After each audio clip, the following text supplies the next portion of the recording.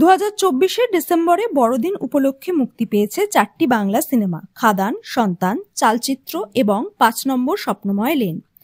এরই মধ্যে খাদান ব্যবসা করেছে 20 কোটির, যা বাংলা ছবির কাছে নিঃসন্দেহে এক বড় মাইলস্টোন। মুক্তির 1.5 মাস পরেও চুটিয়ে ব্যবসা করেছে খাদান। খাদানের স্টারকাস্টও চোখে পড়ার মতো। তারই সাকসেস পার্টিতে দেখা গেল কোয়েল মল্লিককে। প্রায় বহু বছর পর এক ফ্রেমে বন্দী হলেন দেব এবং কোয়েল। সেই ছবি ইতিমধ্যেই ভাইরাল, আর খাদানের সাকসেস পার্টি থেকেই হয়ে গেল বড় ঘোষণা। খাদান সিনেমাটি প্রযোজনা করেছিল দেব এন্টারটেনমেন্ট ভেঞ্চার্স এবং সুরিন্দর ফিল্মস। কোয়েলকে পাশে নিয়ে দেব তাকে আমার প্রযোজক হিসেবেই সম্বোধন করেছেন। তবে সবার মনে একটাই প্রশ্ন, দেব কোয়েল কি আবার বড় পর্দায় একসঙ্গে ধরা দেবেন? কারণ তাদের একাধিক ছবি হিট।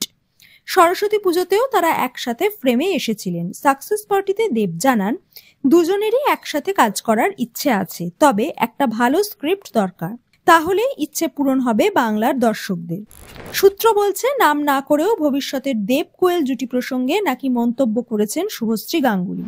তিনি বলেছেন, সময় সবকিছু পরিবর্তন করে দেয়, তাই চাইলেও একটা বয়সের পর আগের মতো কাজ করতে পারবে এই চিন্তা করাও বোকামি। তার এই মন্তব্যে রিয়াক্ট করেছেন অনেকেই।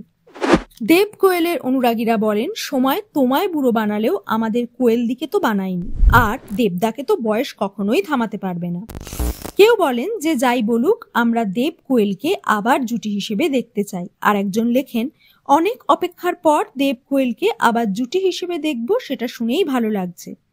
রঘু ডাকাত রিলিজ করবে 2025-এর দুর্গাপুজোয়। এই সিনেমায় দেবের বিপরীতে দেখা যাবে সোহিনী সরকার এবং ইধিকা পালকে। তবে খুব তাড়াতাড়ি যে দেব কোয়েলের পুরনো জুটি বক্স অফিস কাঁপাতে পারে তা বোঝাই যাচ্ছে।